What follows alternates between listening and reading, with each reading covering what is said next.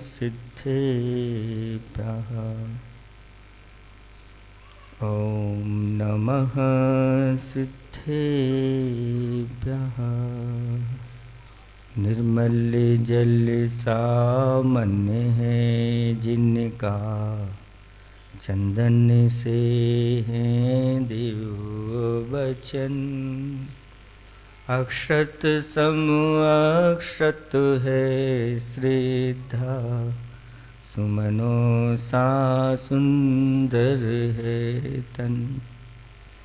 नैवेद्य चरित्र ज्ञान है दीपक, वसु विधि करते धूप दहन। ध्यान सुफल है अर्घ समाधि, मुनिवर तुमको नित्य नमन। अनर्घ पद को पाने गुरुवर, मेरा अर्घ समर्पित है। एक जीवन क्या सौ सौ जीवन, गुरुवर तुम्हें समर्पित है। ऋषिवर तुम्हें समर्पित है। देवादिदेव 1008 अर्थुना के बड़े बाबा श्री चंद्रप्रभु भगवान की। देवादिदेव 1008 वर्तमान शासनक महावीर भगवान की। परम पूज्य 108 आचार्य पेवर गुरुवर श्री विद्यासागर जी महामुनिराज की। 3 कम 9 करोड़ मुनिराजों की। परम पूज्य विमल सागर जी महाराज की, मुनि संघ की। धर्म स्नेही भव्यात्माओं, बहुत दिनों से सुन रखा था, लोग आते जाते रहते थे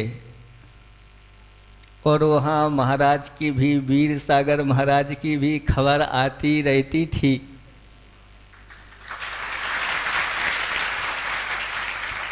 कि अर्थुना आपको जाना है। अर्थुना आते आते गाड़ी आगे को बढ़ गई, लेकिन अर्थुना वालों को विश्वस्त कर दिया था कि चिंता नहीं करना, दो महाराज आप लोगों के लिए भेज रहे हैं। जब महाराजों को भेज दिया था तो फिर आपको कोई चिंता करने की आवश्यकता। अब महाराजों को लेने के लिए तो आना।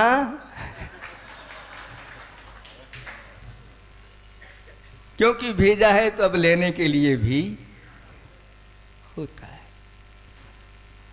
आप सब लोग बहुत अंतरंग की चाह रख रहे हैं और छोटा मोटा लक्ष्य नहीं रखना चाहिए अपन के लिए। किसी ने कहा है एक छोटा लक्ष्य रखना बहुत बड़ा अपराध है। अभी ये कह रहे हैं पहले उंगली पकड़ेंगे फिर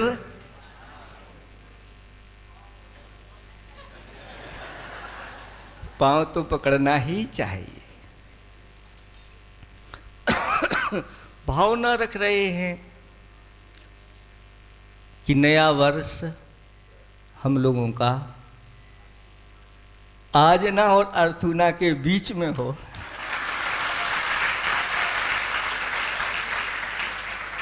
तो भैया बीच में पंडाल लगाना पड़ेगा, लोगों के लिए रुकने की व्यवस्था, टेंट बनाना पड़ेंगे। ये तो जब होगा जब अर्थुना का पंच कल्याणक होगा। अभी तो आप लोगों के लिए कहते हैं कि जिसके नगर में ऐसे यथाजात निर्गंथ मुद्रा के धारी मुनिराज आ जाते हैं, उसका उसी दिन नववर्ष प्रारंभ हो जाता है।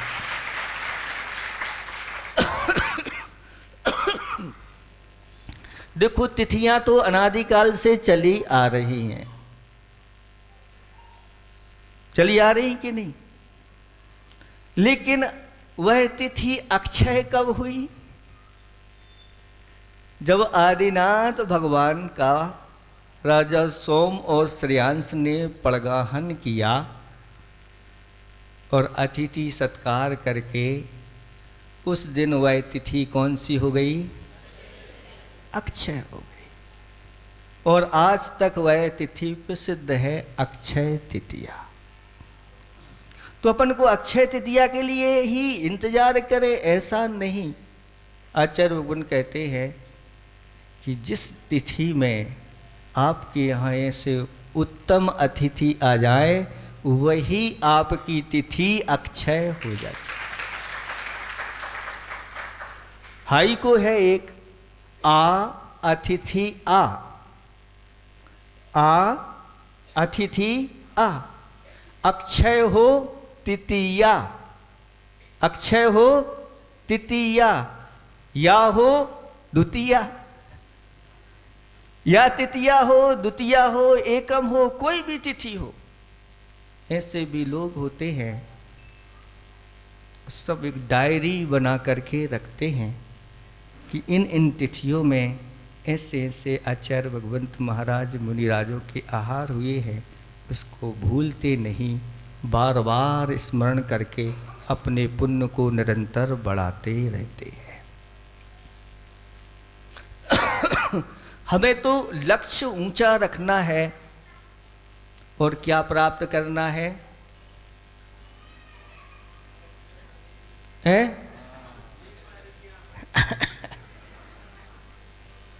इनको तो सिर्फ एक ही चीज दिख रही है, भूख लगी है किसी को तेज, और उसको धर्म का उपदेश दिया जाए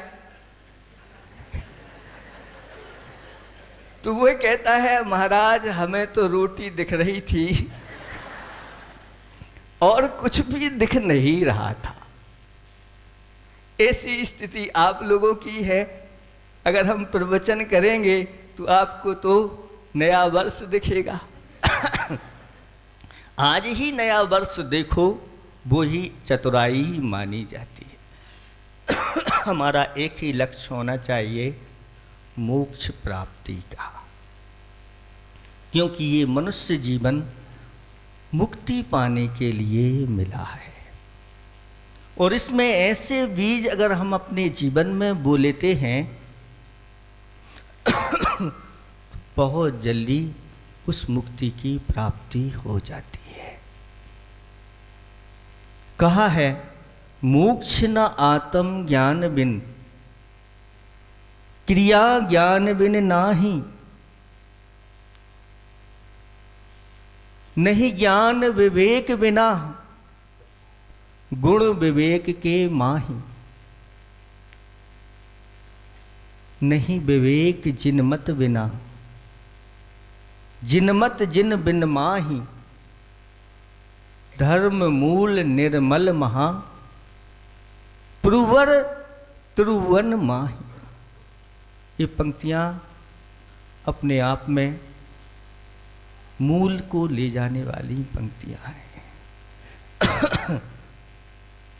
और मूल से ही चूल की प्राप्ति होती है और चूल से ही मूल तक ले गए हैं इन पंक्तियों में। मोक्ष न आत्म ज्ञान बिन, जिसको आत्मा का ज्ञान नहीं होता वह कभी मुक्ति नहीं पा सकता। कहा है किसी ने कि पंखों पर विश्वास नहीं वह परिंदा क्या, पंखों पर विश्वास नहीं वह परिंदा क्या, और चरणों पर विश्वास नहीं वह चरिंदा क्या। सिर्फ श्वास लेने का ही नाम जिंदगी नहीं है बंधुओं, सिर्फ श्वास लेने का नाम ही जिंदगी नहीं है बंधुओं। जिसको सच्चे देव शास्त्र गुरु और अपनी आत्मा के ऊपर विश्वास नहीं हुआ, जिंदा क्या, उसका जीवन ऐसे तो हमारे लिए अनंतों बार ये जीवन मिल गए। एक बार इस आत्मा के स्वरूप को समझ लो। हमारे पास भी भगवान बनने की शक्ति विद्यमान है। चाहें तो इसी जीवन से हम उसका बीज बो सकते हैं। कितने लोग यहाँ पर पंडित बैठे हुए हैं? कितने लोग हैं पंडित? हैं कोई? यहाँ के पंडित जी कहाँ हैं? कोई नहीं है। कहाँ है? अब इधर उधर नहीं देखो, है ना। अब इधर उधर पंडित को नहीं देखना, आपके भीतर ही पंडित बैठा हुआ है, उसको देखना है। आज ही अर्थूना वाले, ज़्यादा समय की आवश्यकता नहीं, आज सारे के सारे पंडित बन जाएंगे। 2-3 दिन की बात नहीं। पाषाणेषु यथा हेमम दुग्ध मध्ये यथा घृतम तिल मध्ये यथा तैलम देह मध्ये तथा शिवा काष्ठ मध्ये यथा बन्नी शक्ति रूपेण तिष्ठति अयमात्मा शरीरेषु यो जानाति सा पंडिता। बस इतना जान लो, आज से सारे पंडित हो जाएंगे। कितना जानना? जैसे स्वर्ण पाषाण में शक्ति रूप से आत्मा रहती है। आत्मा रहती है? सुन नहीं रहे आप लोग? हाउ कर दी है। जैसे स्वर्ण पाषाण में स्वर्ण की आत्मा रहती है। स्वर्ण आत्मा यानी स्वरूप लेना, स्वर्ण का शुद्ध स्वरूप उसमें विद्यमान रहता है, लेकिन कैसा? शक्ति रूप से रहता है। अगर पुरुषार्थ किया जाए तो उसमें से शुद्ध स्वर्ण की प्राप्ति हो जाती है। दुग्ध मध्ये यथा घृतम, जिस प्रकार से दूध में घी शक्ति रूप से व्याप्त होकर के रहता है। दिखता है दूध, दूध दिखता है, घी दिखता है लेकिन है कि नहीं? सबको विश्वास है। दूध पीते हैं तो दूध में घी का स्वाद आता है क्या? नहीं आता। कुछ लोग ले रहे हैं, दूध में भी घी का स्वाद। ये स्वाद जो है 3 काल में स्वाद नहीं आएगा। ज्ञान तो हो जाएगा, ज्ञान तो सबको है कि इसमें घी है। ज्ञान के साथ साथ श्रद्धान भी चाहिए। ज्ञान और श्रद्धान दोनों तो हो जाएंगे, लेकिन स्वाद नहीं आएगा। स्वाद तो तब आएगा जब उस दूध की मंथन क्रिया होगी या दही की मंथन क्रिया होगी, उसमें से नवनीत निकलेगा, और उस नवनीत में भी आप घी का स्वाद लेना चाहो तो नवनीत दशा में भी घी का स्वाद नहीं। जब वह अग्नि पर तप जाता है और सुगंधी आ जाती है, फिर बताना नहीं पड़ता कि ये क्या है। तो जिस प्रकार से दूध में घी शक्ति रूप से व्याप्त होकर के रहता है, तिल में तेल कहाँ रहता है? पूरे में तिल में तेल व्याप्त होकर के रहता है शक्ति रूप से। लकड़ी में अग्नि दिखाई देती है क्या? लेकिन उस लकड़ी को अगर आपस में रगड़ जाते हैं तो अग्नि उत्पन्न हो जाती, शक्ति रूप से उसमें वह विद्यमान है। उसी प्रकार से इस शरीर में यह आत्मा शक्ति रूप से विद्यमान रहती है। यो जानाति सा पंडिता, जो इतना जान लेता है वह कौन है? आवाज नहीं आ रही कौन है? पंडित। तो आप लोगों ने जाना कि नहीं है? क्या जाना?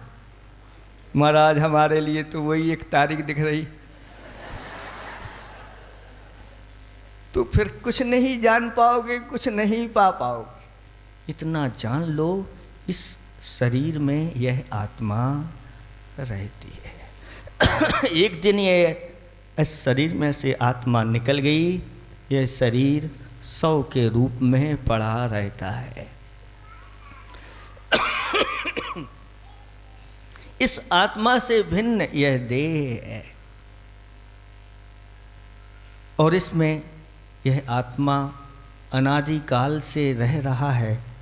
अगर हम पुरुषार्थ करें तो अपने शुद्ध आत्म तत्व को प्राप्त कर सकते हैं। अभी हमारी दशा कैसी दशा है? तो मिली हुई दशा है, न शुद्ध दशा है न पूर्ण अशुद्ध दशा है। मिली जुड़ी कर्मों के साथ यह आत्मा यहाँ पर रहती। तो मोक्ष न आत्म ज्ञान भिन्न, जब तक आत्मा का ज्ञान नहीं होगा तब तक मोक्ष की प्राप्ति नहीं। और एक बार अच्छी तरह से ज्ञान हो जाए, आप लोग समझ लो, सिद्धांत रख लो, बस अभी से ही हमारी पंडित संज्ञा हो जाएगी। और एक बार कम से कम बैठ करके अपने आत्म स्वरूप के बारे में थोड़ा सा चिंतन करें, उसको अनुभव करें। कैसे करें?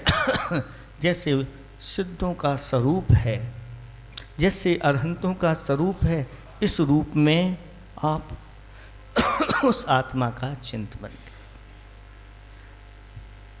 मोक्ष न आत्म ज्ञान बिन क्रिया ज्ञान बिन नाही। अगर यथार्थ ज्ञान नहीं है, सम्यक ज्ञान नहीं है, तो उसके बिना क्रिया भी वह सही सही नहीं हो पाती। और नहीं ज्ञान विवेक बिना, या नहीं क्रिया विवेक बिना। क्रिया जो होती है अगर विवेक के बिना है तो विवेक बिना क्रिया सही सही सफलीभूत नहीं होती। गुण विवेक के माही, जहाँ विवेक रहता है वहीं पर गुण ठहरते हैं। नहीं तो विवेक के बिना सारे गुणों के ऊपर पानी। कई बार आप लोग के लो इनने सब कुछ अच्छा किया लेकिन सब पर पानी फेर दिया। ये क्या किए कराए पर पानी फेर दिया। सब बनने वाली बात थी, बनते बनते बात बिगड़ गई। और अगर विवेक जागृत हो जाए तो बिगड़ते बिगड़ते बात बन जाती है। ये विवेक है। इस विवेक को अगर आपको चाहिए तो यह विवेक कहाँ मिलेगा? जिन मत में ही यह विवेक मिलेगा। विवेक कहते किसे हैं? इसकी परिभाषा क्या है? तो देखो आपको बताते हैं। हम बहुत सारी क्रियाएं करते हैं, उन क्रियाओं में अगर हम क्या, कब, कहाँ, कैसे, कितना खाएं, क्यों जानते हो? बस प्रत्येक क्रिया में जहाँ हमने ये प्रश्न चिन्ह लगा दिया और उस प्रश्न को हल करते हुए अगर हम अपनी क्रियाएं करते हैं तो समझ लेना आप विवेकी हैं, आपके अंदर विवेक जागृत हो गया है। उदाहरण के रूप में खाने में ही ले लें तो सबसे पहले भूख लगी है आप लोगों की? नहीं महाराज भूख लगी है तभी तो 3 दिन मांग रहे हैं। भूख तो है, तो भूख है तो क्या खाएं? सबसे पहले प्रश्न करो, नहीं भूख लगी है तो मतलब भूख मिटाना है, चाहे कुछ भी मिल जाए। अवक्ष मिल जाए तो खाएंगे क्या? नहीं, क्योंकि यह खाने योग्य नहीं है। इसलिए जैन कुल में इसका बचपन से ही अवक्षों का त्याग करा देते हैं। और 8 वर्ष अंतर्मूर्त में तो मूल गुण संस्कार हो जाते हैं। आप सबके हुए होंगे, 8 वर्ष अंतर्मूर्त में हुए? कितने लोगों के हाथ उठाओ। हैं? 18 बच्चों के। और बड़े बच्चे, बड़े बच्चियां सब बाकी हैं। तो क्यों ना आज ऐसे ही मूल गुण संस्कार हो जाए इन बड़े बच्चों के, तो मोक्ष का बीज आज ही प्रारंभ हो जाएगा और वही मनुष्य जीवन सार्थक हो जाएगा, दुर्गति से बच जाएंगे। तो अवक्ष की कोटि में क्या खाएं क्या पिए आदि आदि के लिए तो सबसे पहले सुनना, ध्यान से सुनना। सबसे पहले बताया मद्य आदि नशीले पदार्थों का त्याग करना। क्योंकि ये नशीले पदार्थ हमारे शील को नाश कर देते हैं, मन को भी खराब करते हैं, वचनों को भी खराब करते हैं, तन को भी खराब करते हैं, धन को भी खराब करते हैं और जीवन भी पूरा का पूरा खराब हो जाता है। तो पहला मूल गुण बताया है श्रावकों का कि नशीले पदार्थों का सेवन नहीं करना। सब तैयार हैं कि नहीं हैं? अच्छे से आवाज नहीं आ रही। अभी करते हैं क्या? नहीं करते? अभी करते हो तो आगे नहीं करना, नहीं करते हैं तो अच्छा, आगे करेंगे क्या? नहीं करेंगे। एक पेपर में पास हो गए, ज़्यादा नहीं देना, 8 पेपर है। दूसरे नंबर का है अंडा, मांस, मछली, इनका सेवन नहीं करना। और ऐसी वस्तुएं अगर उसमें डली हुई हैं मांस आदि पे फैट डला हुआ है, ऐसी वस्तुएं भी सेवन नहीं करना। करते हैं क्या? आगे करेंगे क्या? त्याग कर सकते हैं क्या? दूसरा पेपर पास। तीसरे नंबर पर हनी, शहद, 7 गांव के जलाने का पाप लगता है। आप बता सकते हैं ऐसा क्यों 7 गांव के जलाने का पाप लगता है? उस मधुमक्खी के छत्ते में इतने घर होते हैं जैसे 7 गांव में घर होते हैं। और मधुमक्खी जो होती है उस पर अपना जो पराग था मुख में चूस करके लाती है, उगल देती है। वह क्या है? मधुमक्खी का उगाल है। जैसे आपने आम चूसा और आम चूस करके एक प्लेट में उगल दिया, कौन खाएगा? ऐसे ही वह मधुमक्खियों का उगाल है। कहीं कोई पात्र बर्तन तो ले नहीं जाती मधुमक्खी के, ले आती हो और रख देती हो, ऐसा है। और मधुमक्खी उसी पर रहती है।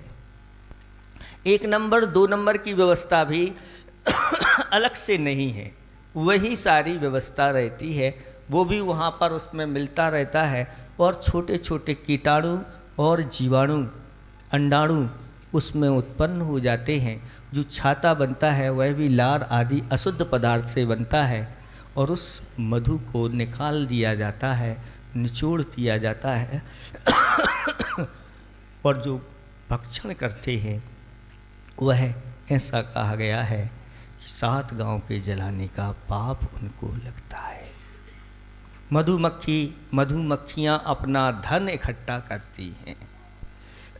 उनका धन वही है। जैसे आप लोग भी जोड़ते चले जाते हैं, जोड़ते चले जाते हैं, और कोई आकर के उस धन को ले जाए तो क्या दशा हो जाती है। ऐसे ही उन मधुमक्खियों की दशा भी यही हो जाती है।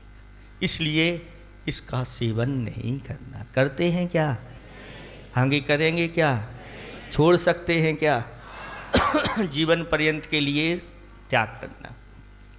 अब तीसरा पेपर भी आप लोगों ने निकाल लिया। अब चौथे नंबर का देखें। 5 उदंबर फल, बड़, पीपर, उमर, पाकर, कठुमर, इनका सेवन करते नहीं, लेकिन आज बाजार में अंजीर आता है, वो इन 5 में से एक है।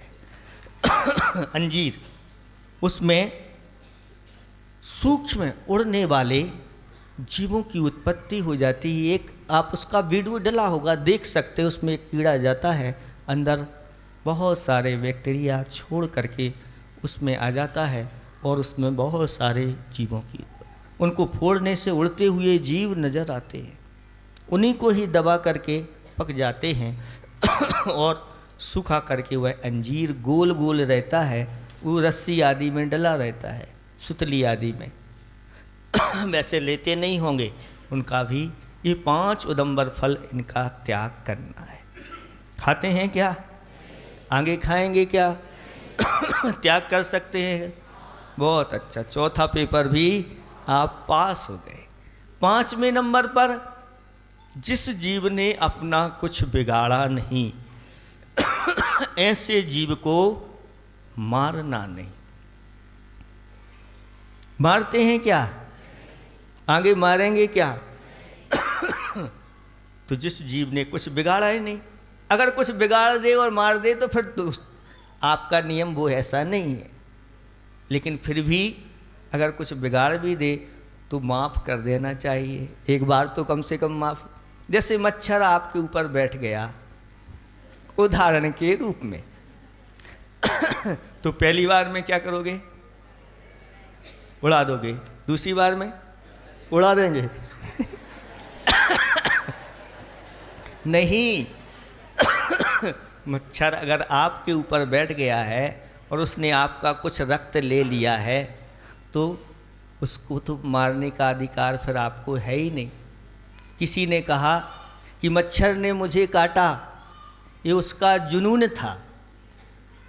मच्छर ने मुझे काटा, ये उसका जुनून था। हमने उसको इसलिए नहीं मारा क्योंकि उसमें मेरा खून था। अपने खून का खून कौन कर सकता है? कोई कर सकता है? नहीं। हम तो अहिंसा धर्म के पुजारी है। तो अभी कम से कम इतना तो कर लेना कि जिस जीव ने अपना कुछ बिगाड़ा नहीं, उससे कोई अपना लेना देना नहीं, ऐसे जीव को नहीं मारेंगे। सब तैयार हैं क्या? बहुत अच्छा। 5वां पेपर भी आपका। 6वें नंबर का पेपर, अब ध्यान से सुनना। प्रतिदिन देव दर्शन करना। शास्त्रों में कहा है, ऐसा ही जैन कुल हमें मिला है, कुछ ना कुछ हमने इस धर्म की अच्छी अनुमोदना की होगी, उसके फलस्वरूप हमें ये जैन धर्म मिल गया। और इस जैन धर्म को पाकर के अगर हम जिनेंद्र भगवान के सच्चे देव शास्त्र गुरु के दर्शन नहीं करते तो आचार्य भगवान कहते हैं कि वह आगे जाकर के उल्लू की पर्याय, चमगादड़ की पर्याय, ऐसी पर्याय मिलती हैं। फिर उसके बाद फिर क्या होता है कि वह मंदिर में ही लटके रहते हैं। जो कभी दर्शन नहीं करते थे, जो कभी दर्शन नहीं करते थे, आज दिन रात भगवान के सामने उल्टे लटके रहते हैं। ये स्थिति है। कहीं ऐसी स्थिति हमारी ना हो जाए, इसलिए हमें संकल्पित होना है कि प्रतिदिन देव दर्शन करेंगे। महाराज कहीं बाहर गए तो और देव दर्शन नहीं मिले तो कुछ नहीं, वो भी समाधान है। अपने यहाँ कितने देवता बताए हैं? 9 देवता। पंच परमेष्टि, जिन धर्म, जिनागम, जिन चैत, जिन चैत्यालय। अगर इनमें से कोई भी मिल जाए तो भी आपका देव दर्शन माना जाएगा। अब तो किसी को कोई बाधा नहीं, जिनवाणी तो कहीं ना कहीं मिल ही जाएगी। और अगर जिनवाणी नहीं मिले, जिनबिंब नहीं मिले, जिनालय नहीं मिले, शिखर नहीं मिले, तो मुनिराज तो कहीं ना कहीं, और मुनिराज नहीं मिले तो कुछ नहीं, पंच परमेष्टि तो है ही। जहाँ कुछ नहीं मिले वहाँ नमोकार मंत्र का अच्छी तरह से स्मरण। नमोकार मंत्र की महिमा अपरंपार है। एक बार नमो अरिहंताणम कहते हुए कितने अरहंतों को नमस्कार हो जाता है पता है? कितने अरहंतों को नमस्कार? जितने ढाई दीप में हैं उतने नहीं, जितने अतीत में हो चुके हैं, जितने वर्तमान में हैं और भविष्य में जितने होंगे, ऐसे लोक के सभी भूत वर्तमान और भविष्य के अरहंतों को नमस्कार हो जाता है। इतना पावरफुल ये मंत्र है। जिस मंत्र को अगर सुनते हुए आयु बंद हो जाए तो निश्चित मानिएगा उसको उच्च गति का बंद होता है, उच्च आयु का वाय बंद हो जाता है। मरते हुए एक कुत्ते को जिसने जीवन पर्यंत पाप किए और उसको नमोकार मंत्र सुनाया, नमोकार मंत्र सुनते सुनते उसने आयु बंद कर लिया और प्राण निकल गए। मर करके वह यक्षों का इंद्र बना। क्या बना? सामान्य नहीं बना, इंद्र स्वामी। अनेक यक्ष देवताओं का वह स्वामी बन गया। कौन? एक कुत्ता। ये धर्म की महिमा है, नमोकार मंत्र की महिमा। और धर्म के बिना, धर्म का जब अभाव हो जाता है तो एक देव नीचे आकर के कुत्ता बन जाता है। ऐसी पाप की महिमा है तो धर्म की भी महिमा है। तो क्या करना है? 9 देवता में से किसी के भी दर्शन, ये संकल्प लेना है, क्योंकि ये संकल्प ही जीवन का कायाकल्प करता है। कहा है कि भगवान का दिया हुआ कभी अल्प नहीं होता, जो बीच में टूटे वो संकल्प नहीं होता। संकल्प से क्यों डरते हो बंधुओं? संकल्प के बिना कभी जीवन का कायाकल्प नहीं होता। इसलिए इनको संकल्प, एक दिन ऐसा ये अभी मूल गुणों का संस्कार हमारे लिए चूल की प्राप्ति अवश्य प्राप्त कराएगा। तो ये छठमा तैयार हैं सब लोग? देव दर्शन करते हैं क्या? आगे करेंगे क्या? सब नियम ले लेंगे क्या? बहुत अच्छा। छठमा, अब थोड़ा सा कठिन पेपर आने वाला है, जो अनिवार्य भी है। 7वें नंबर का है पानी छान करके पीना। क्योंकि जल की एक बूंद में कितने जीव होते हैं सबको पता है। एक बूंद में इतने, तो एक गिलास में कितने, फिर दिन भर में कितने गिलास पीते हैं, उसमें कितने, इतने जीवों का। अगर एक अंजलि जल में जितने जीव होते हैं, अगर ये कबूतर के बराबर रूप बना लें तो पूरे के पूरे जम्बू द्वीप में समाएंगे नहीं। ऐसे जीवों की राशि होती है। जल में जीव दिखाई नहीं देता, लेकिन जिसको जिनेंद्र भगवान की वाणी के ऊपर श्रद्धा होती है वह संकल्प ले लेता है कि कम से कम पानी पिएंगे तो छान करके पिएंगे। अभी समय नहीं है, नहीं तो बहुत अच्छी अच्छी इसकी कथाएं हैं जो हमारे अंतरंग को झकझोर देती हैं, क्योंकि ये हमारी जैन कुल की संस्कृति है, छना हुआ पानी पीना। तो सब पीते हैं क्या? आवाज कम आ रही है।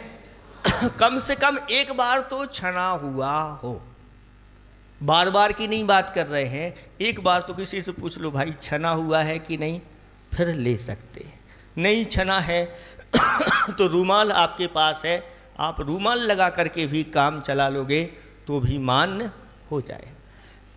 हम अभी ये नहीं कह रहे हैं कि कुआं का पियो, हम अभी ये नहीं कह रहे हैं कि बरसात का पियो, कोई भी पानी पियो लेकिन छना हुआ होना चाहिए, बस। ये भी हो जाएगा क्या? कठिन तो नहीं है ज़्यादा? बहुत अच्छा।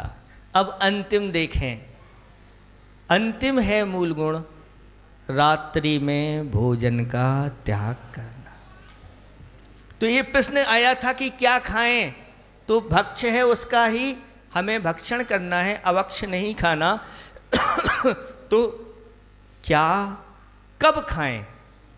अब आपसे पूछते हैं कब खाएं? भूख लगी है तो जब लगी है जब खाएं, तो कब खाएं? दिन में खाएं। रात में बना हुआ दिन में खाएं, दिन में बना हुआ रात में खाएं। रात में बना हुआ भी आप दिन में खा रहे हो तो भी रात्रि भोजन का पाप। एक व्यक्ति ने रात्रि में भोजन बनाया और खाया, उसके परिणाम स्वरूप 10 भव त्रियंचों के और 10 भव नरकों के, उल्लू पर्याय, कौआ पर्याय, गिद्ध पर्याय, सूकर पर्याय, सर्प आदि आदि अनेक पर्यायों को प्राप्त किया। 10 भव नरकों में, 10 भव त्रियंचों। एक बार रात्रि में भोजन खाने का और बनाने का ये है परिणाम। वह बात्माओं ये मनुष्य पर्याय अगर निकल गई और एक बार नरकों में चले गए तो फिर वहाँ से असंख्यात वर्षों तक निकलना नहीं होता। और वहाँ जाकर के जीव बार बार भगवान को पुकारता है, भगवान एक बार मुझे इस नरकों के दुखों से निकाल लो, मैं मनुष्य बनूंगा और अपने जीवन में संयम धारण करके कल्याण करूंगा। लेकिन जैसे ही यहाँ आता है, वहाँ कितने महान दुखों को सहन करके आए हैं। आप सब जानते हैं, 6 डाला में आप लोगों ने पढ़ा होगा कि कैसी वहाँ भूख लगती है, कैसी प्यास लगती है, कैसी गर्मी और कैसी सर्दी पड़ती है। और वहाँ पर कोई भी प्रतिकार के साधन नहीं है। वहाँ सुविधा कुछ एक है, तो बात इतना है कि वहाँ अकाल में मरण नहीं होता। बस यही सुविधा है और बाकी तो दुविधा ही दुविधा उनकी। तो रात्रि में भोजन नहीं करना। पक्षी भी रात्रि में भोजन नहीं करते, जैसे ही रात्रि होती है खाना पीना बंद कर देते हैं। क्योंकि रात्रि में जैसे ही रात्रि होती है सूक्ष्म जीवों की उत्पत्ति हो जाती है, और अगर लाइट जलाते तो और जीवों की उत्पत्ति बढ़ जाती है, कम नहीं होती। इसलिए रात्रि भोजन भी एक अष्टमूल गुण के अंतर्गत आता है। अब कितने लोग तैयार हैं ये 8वें पेपर देने के लिए? हाथ उठाओ। कम हाथ उठ रहे हैं। लेकिन इतना तो कर लेना भी, जिनके हाथ नहीं उठे हैं, कम से कम अन्न की वस्तु तो नहीं खाना। दाल रोटी सब्जी जो सकरी चीज़ें हैं, ऐसा सेवन नहीं करना। और कभी अपने जीवन में रात्रि भोज नहीं देना, क्योंकि एक दिन के परिणाम ये हैं। फिर रात्रि में जो महाभोज देते हैं उनका तो, उनके पापों का वर्णन करने के लिए साक्षात सरस्वती भी आ जाए तो भी समर्थ नहीं है। तो कभी नहीं करना। आप लोगों ने संकल्प लिया है कि नहीं? वही वाला, दिन में शादी दिन में भोज। बहुत अच्छा, सबको हमारा दोनों हाथों से आशीर्वाद। दिन में शादी दिन में भोज, जय अहिंसा घोष। क्योंकि ये सामूहिक महापाप बंद कराने वाली क्रियाएं हैं। इन क्रियाओं को कभी नहीं करना। ये 8 मूल गुण जो अपने जीवन में संकल्प पूर्वक ले लेते हैं, एक दिन वह जरूर अष्टम वसुधा को प्राप्त हो जाते हैं। इसलिए आज संकल्प कर लो, आज ही आपके जीवन में नया वर्ष आएगा। हाथ जोड़ लो सभी लोग, बोलो हे स्वामी, आज हम सब देव शास्त्र गुरु की सन्निधि में जो आपने 8 मूल गुण बताए हैं, उन 8 मूल गुणों का यथाशक्ति जीवन पर्यंत के लिए मैं पालन करूँगा। 3 बार नमोस्तु बोल के आशीर्वाद लो अच्छे से। अष्टमूल गुणधारी भव, अष्टमूल गुणधारी भव, अष्टमूल गुणधारी भव। बहुत अच्छा, आज अर्थुना आना हमारा सार्थक। अब अर्थुना में जो है ना, अर्थ ऊना इसमें जुड़ा हुआ है। अर्थ माने होता है धन, और ऊना तो अब अर्थ ऊना नहीं, ये तो अर्थ पूर्णा हो गया है। क्या हो गया है? अब ऊना नहीं, अब तो पूना है, पूर्ण है। क्योंकि जिसके जीवन में ये व्रत आ जाते हैं वह आगे का जीवन उसका सुरक्षित हो जाता है। आजना वालों को बहुत कम मिल पाया, लेकिन अर्थूना वालों को तो बहुत मिल गया। 2 दिन पहले से ही महाराज यहाँ पर विद्यमान है, और आज चारों महाराजों का भी एक साथ, चूँकि इन्होंने अर्थ का सही सही उपयोग किया है। देखो कैसी आचार्य भगवंत का आशीर्वाद होता है, और महाराज लोग भी कैसे स्थानों का चयन करते हैं। सबको चातुर्मास का लाभ नहीं, ऐसे पूरे बागड़ में 5 स्थान हैं जिन्हें आचार्य भगवंत के आशीर्वाद से मुनिराजों का चातुर्मास मिला है।